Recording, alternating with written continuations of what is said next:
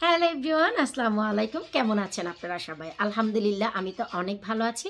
আশা রাখছি আপনারাও সবাই ভালো আছেন। দেখতেই পাচ্ছেন আমার গলাটি একটু বসে গেছে। কেনই বা বসবে না? এই ঠান্ডায় বৃষ্টির ভিতর ভিজে ভিজে আমি গার্ডেনে অনেক কিছু কাজ করেছি, অনেক পরিবর্তন এনেছি।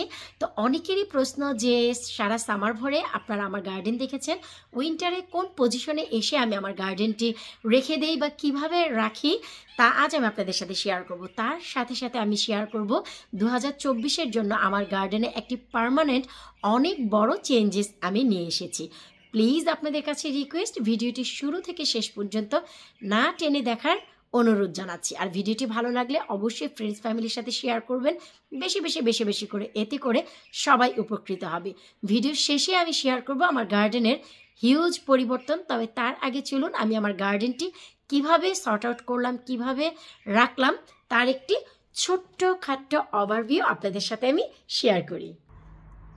সবার শুরুতে তো আমি আমার গার্ডেনের একটি পাশ দেখাবো। আর যেহেতু আমিনা বুড়ি এখন ঘুম, তাই আমি একটু স্লো কথা বলবো। এই হচ্ছে আমার সেই পাশ, যে পাশে অনেক আপনারা লাল শাক, ডাঁটা শাক দেখেছেন। শুরুতে আমি একটু ওভারভিউ দিয়ে নিচ্ছি, তারপর আমি এক্সপ্লেন করব যে আমি কিভাবে রেখেছি। এই যে দেখুন আমার গার্ডেনটি। তারপর হচ্ছে আমি আমার হিউজ যে পরিবর্তন, তাও আমি আপনাদের দেখাবো। এই যে দেখুন, মূলত দেখাতে চাচ্ছি যে ঠান্ডা বৃষ্টি হলেও এই সময়েও আমি আমার গার্ডেনের ঘাসটি কেটেই রেখেছি, এভাবেই কিন্তু আমি ফেলে দেইনি। তো চলুন সবার শুরুতে আমি দেখাচ্ছি। এই যে স্ল্যাব দেখতে পাচ্ছেন, এগুলো আমি একেবারে ব্লিচ দিয়ে, ডিটারজেন্ট দিয়ে, তারপর হচ্ছে এই যে ওয়্যারের যে ব্রুমগুলো থাকে আমার স্বামী আমাকে কিনে দিয়েছে। এই যে আমি একটু দেখাচ্ছি, গুনা দিয়ে বানানো। সো এটি দিয়ে ঘষে ঘষে এই যে দেখুন আমি স্ল্যাবগুলো ক্লিন করেছি। একেবারে সবুজ ফাঙ্গাল হয়েছিল। তার সাথে সাথে আমার কনজারভেটরির এই যে পাশ, এই পাশটিও আমি ক্লিন করে রেখেছি। একেবারে এই হোয়াইট সিল্ক বোর্ডগুলো থেকে শুরু করে গ্লাস, এমনকি ওই পাশটি আমি ক্লিন করিনি। তো যাই হোক, এরপর এই যে সাইডে যে আমার আছে একটি গাছ, সেচি শাকের পট, এই পটটিতে এক্সট্রা মাটি দিয়েছি এবং এটি একেবারে কর্নারে ছিল। এই যে দেখুন, কর্নার থেকে আমি তুলে স্ল্যাব ক্লিন করে এই পটের নিচে দুটি ইট দিয়ে দাঁড় করিয়ে দিয়েছি। এরপর আপনারা দেখতে পাবেন সবথেকে চমৎকার যে জিনিস, আমার ফ্রেঞ্চ এবং মাচাগুলোকে আমি আবারও নতুন করে সব গাছপালা তুলে তারপরে কিন্তু আবার নতুন করে পেন্ট করেছি। শুধু তাই নয়, আমার এই লাউ গাছের মাচাও আমি এবছর আবার পেন্ট করেছি। শুধু এই যে ফ্রেঞ্চগুলো, এগুলো করিনি। এরপর আপনারা দেখতে পাবেন ওই যে কর্নারে আমার ফেন্স, ওই কর্নারে আমি একটু গ্রিন কালার দিয়েছি। উপর দিক থেকেও গ্রিন কালার দিয়ে আমি একটু বর্ডার করে দিয়েছি দেখার সৌন্দর্যের জন্য। ওই যে একটি কথা আছে না, ধরা পড়লে ভাই খবর আছে। এই যে সবুজ কালার, এই রঙটি মোটেও ভালো পড়েনি। আমি যখনই দিয়েছি বৃষ্টির ভেতরে দিয়েছি, আর এগুলো ধুয়ে ধুয়ে চলে গেছে। তারপরে বুঝলাম যে রঙটি খুব একটি ভালো পড়েনি। এই যে দেখুন, খুব একটি ভালো না, আই মিন ওয়াটারপ্রুফ, কিন্তু অত বেশি টেকসই না। তাই চিন্তা করেছি নেক্সট সামারে আবার এখানে আমি ওয়াটারপ্রুফ গ্রিন কালার কিনে দিয়ে দিব। আমার মাচার যে হ্যান্ডেলগুলো আছে, এই যে দেখুন আমি এই জিনিসগুলোকে এবার পেন্ট করেছি। এরপর এই সৌন্দর্যের সাথে সাথে আমি দেখাচ্ছি বর্তমানে এখনো পর্যন্ত আমার গার্ডেনে এই যে দেখুন কালো যে কচুগুলো আছে, এই কচুগুলো আমি এখনো তুলিনি, এখনো তোলার সময় পাইনি। সাইড থেকে যে লতির কচু এইগুলো আছে, সেচি শাকগুলো কেটে নিয়েছি, এর আগে দেখিয়েছি। এরপর আপনারা মাটি তৈরির পর্ব 1, পর্ব 2, পর্ব 3 দেখেছেন। এই যে দেখুন আমার কিন্তু মাটি অলরেডি প্রসেস হচ্ছে। এই যে দেখুন, অলরেডি আমি গত সপ্তাহে কিন্তু আপনাদের সাথে একটি ভিডিও শেয়ার করেছিলাম মাল্টিপারপোজ জৈব সার আমি কিভাবে ব্যবহার করি। এই যে দেখুন এগুলি প্রসেস হচ্ছে দৈনিক, যেহেতু বৃষ্টি হচ্ছে খুব ভালোভাবে কাজ হচ্ছে। এরপর এই যে আমি কচুর মুখের কচুগুলো তুলে নিয়ে সাইডে থাকা যে আমার বোম্বাই মরিচের গাছ ছিল তা আমি সব তুলে নিয়েছি। এই যে এরপর লাউ গাছের মাচাটি, এই যে পটটিও ক্লিন। সাইডে ওই যে দেখুন আমি সবগুলো পট রেখে দিয়েছি একটির উপর একটি। আবার এই যে এই পাশটিতে আপনারা দেখেছিলেন যে আমি মূলার বীজ দিয়েছি, শুকর আলহামদুলিল্লাহ এই যে মূলা গাছটি দেখুন, এই যে সবগুলো মূলা গাছ উঠেছে। যেহেতু এখন মাটি ফাঁকা, তাই প্রতিদিনই এই যে দেখুন বিড়াল এসে মাটিগুলো কোড়াচ্ছে এবং টয়লেট করার চেষ্টা করছে। তাই ওই পাশে থাকা মূলার বীজগুলো এই যে দেখুন সব আলগা হয়ে গেছে, কিন্তু এই যে যেগুলো রয়েছে সেগুলো থেকে কিন্তু শুকর আলহামদুলিল্লাহ বীজ বের হচ্ছে। এই পটে কিছুটা এখনও কচুর মুখির কচু গাছ রয়েছে। সো এই হচ্ছে আমার এপাশটি। তারপর হচ্ছে এই যে আমার পুকুর পাড়ের লতিরাজ কচু। লতিরাজ কচু আমি সব কেটে খেয়ে ফেলেছি লতি সহ। খুবই খুবই খুবই মজা। তারপরেও দেখুন আলহামদুলিল্লাহ অনেক বেশি কিন্তু লতির মুখ এগুলো ছেড়েই যাচ্ছে। আবার এখানেও কিন্তু আমি এই যে দেখুন মূলা গাছ দিয়েছি। এই যে দেখুন মূলা গাছগুলো হচ্ছে, মূলা গাছগুলো হলে শুধু শাক খাওয়ার ইচ্ছে, আর কিছুই না। তো এই হচ্ছে আমার এপাশ, দেখতেই পাচ্ছেন আমি সামনের দিক থেকে অনেক বেশি ফুলের বাল্ব দিয়ে দিয়েছি। আর পুকুর কিন্তু আমি ক্লিন করে রেখেছিলাম, আপনাদের দেখিয়েছিলাম। এত বেশি বৃষ্টি হচ্ছে যে দেখুন পুকুরটি কিন্তু আবারও পানি দিয়ে ভরে গেছে। সো এখন যতই ক্লিন করি কোনো লাভ নেই। সাইডে যে আমার ফুলগুলো ছিল সামারের মিক্স, ইংলিশ মিক্সগুলো সব কেটে নিয়েছি। ওই যে দেখুন বাল্বগুলো রয়ে গেছে, নেক্সট ইয়ার আবার উঠবে। এরপর এই যে এপটে এখনও পর্যন্ত আমার এই মরিচগুলো কালেক্ট করতে দেখেছিলেন, এখনও পর্যন্ত আছে, শুকর আলহামদুলিল্লাহ। তাই এই গাছটি আমি তুলিনি, যেহেতু এক সাইডে আছে। পুরো গার্ডেন যেহেতু আমার সর্ট আউট হয়ে গেছে, আপনাদের আমি আবার একটি কর্নার থেকে দেখাচ্ছি। যেহেতু পুরো গার্ডেনটি সর্ট আউট হয়ে গেছে, তাই ভাবলাম একটি দুটি টব বা একটি দুটি কচু গাছ আমার গার্ডেনে তেমন কোনো ক্ষতি করবে না, তাই এই মরিচ গাছটি রেখে দিয়েছি। এরপর এই যে আপনারা সবাই জানেন আমার একটি বারবিকিউ মেশিন আছে। আমার ইচ্ছে আছে বারবিকিউ মেশিনটি আমি চেঞ্জ করে ফেলবো, নতুন কিনবো। কিন্তু ভাই যতদিন না কিনি ততদিন পুরানোটাকেই যত্ন করতে হবে। তাই ওয়াটারপ্রুফ একটি প্লাস্টিক দিয়ে ঢেকে রেখেছি, যেন আমার বারবিকিউ মেশিনটি রাস্ট হয়ে না যায়, বৃষ্টিতে জমতে জমতে রাস্ট হয়ে যায়। হ্যাঙ্গিং বাস্কেটের ফুলগুলো আমি এখনও সর্ট আউট করিনি। এরপর এই যে এপাশে হচ্ছে এই যে আপনারা সবাই জানেন এখানে আমার একটি মিষ্টি চেরি গাছ ছিল, এই যে আমি কেটে ফেলেছি।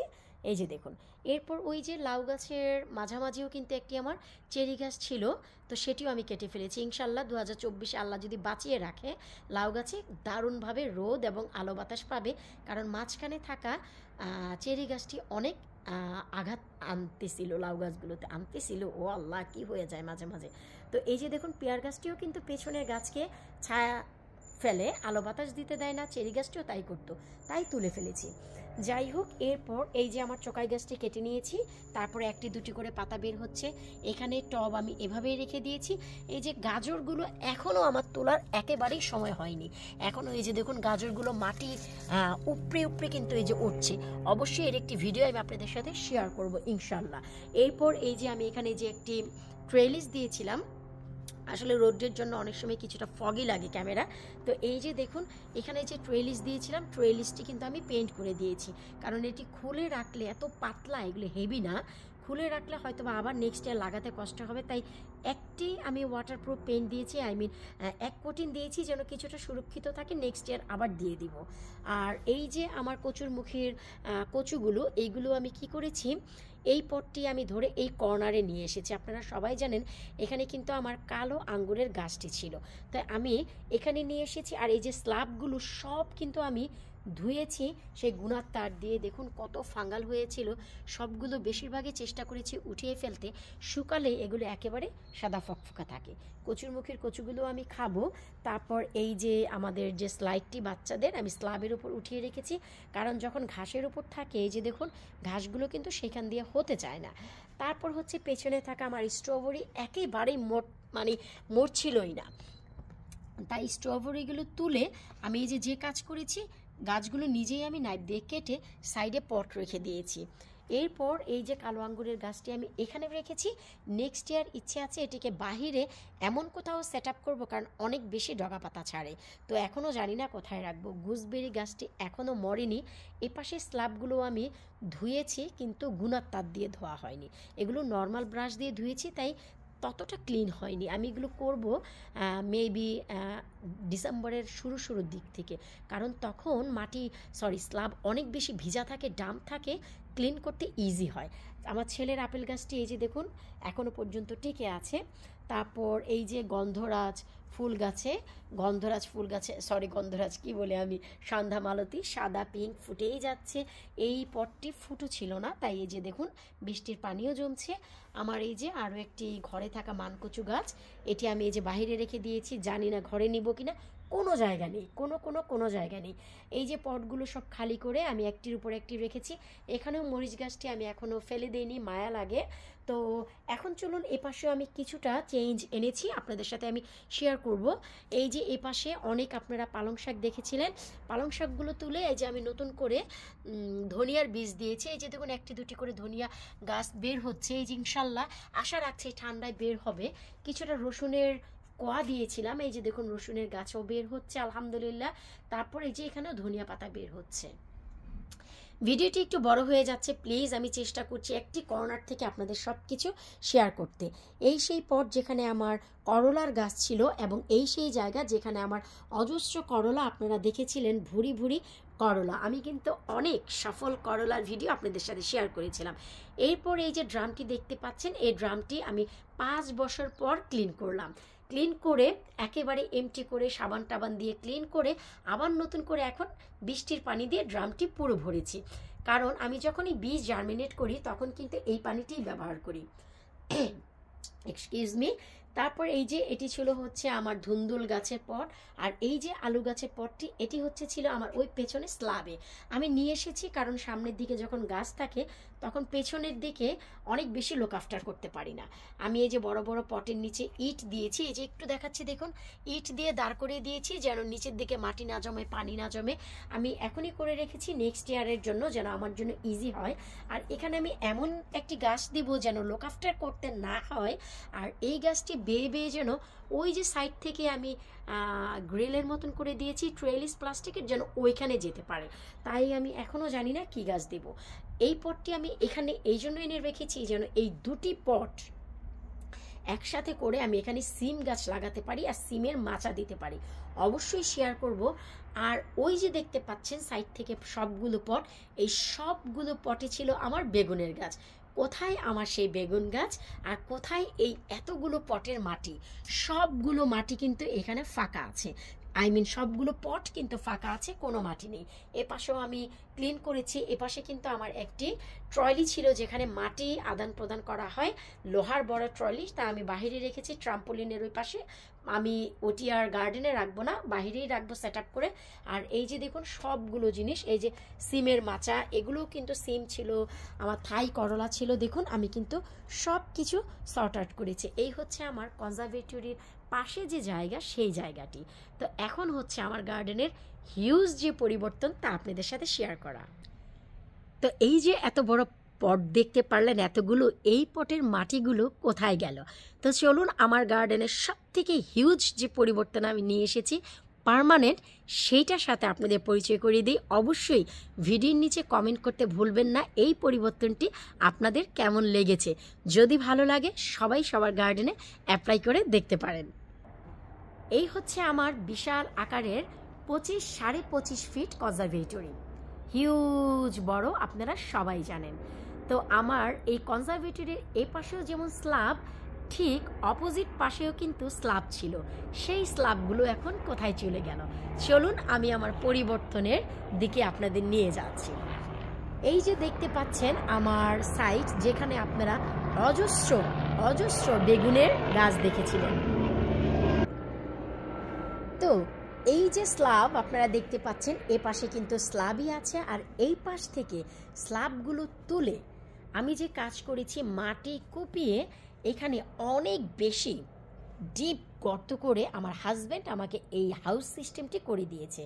তাকে তো আমি অবশ্যই ধন্যবাদ দিই। সে গার্ডেনে তেমন কোনো কাজ করে না, তাকে অনেক তোষামতি করে এটা ওটা রান্না করে খাইয়ে দাইয়ে তারপর এই কাজ করিয়েছি। স্ল্যাবগুলি সব তুলে এই যে দেখুন আমার কিন্তু এখানে বাউন্ডারি দিয়ে দিয়েছে আমার হাজব্যান্ড। এই যে এখান থেকে আমার যে দরজার সিঁড়িটি আছে, এপাশে আমি এই যে ইট দেখতে পাচ্ছেন, এর উপরে আমি মাটি উঠতে দেব না। আর এই যে এপাশেও আমি ইট দিয়ে এই যে দেখুন বাউন্ডারি দিয়ে দিয়েছি। সো এপাশের মাটি যদি যায়ও এপাশে আসবে, কোনো সমস্যা নেই। এরপর এই যে জায়গাটি দেখতে পাচ্ছেন, আমি এখানে পার্মানেন্টলি বেগুনের ফলন করব সারা বছর, এটাই ইচ্ছে আছে। এই জন্য আমার ওই যে কর্নারে দেখতে পাচ্ছেন বেগুনের পটগুলো, ওই পটের যতগুলো মাটি আছে সবার শুরুতে আমি এখানে দিয়েছি। মাটিগুলো দেওয়ার পর তার উপরে এখানে 200 ডিমের খোসা আমি সার করে দিয়েছি। 200টি ডিম খাওয়ার পর যখন খোসা হয়েছে, কারণ জায়গা বেঁধে আপনাদের কিন্তু সার ব্যবহার করতে হবে, এখানে কিন্তু অনেক বড় জায়গা। এটি যদি 25.5 ফিট কনজারভেটিভ হয়ে থাকে, তো এই পাশটি হচ্ছে আমার একটি পাশ, আর দরজার ওই পাশটি হচ্ছে আরও একটি পাশ।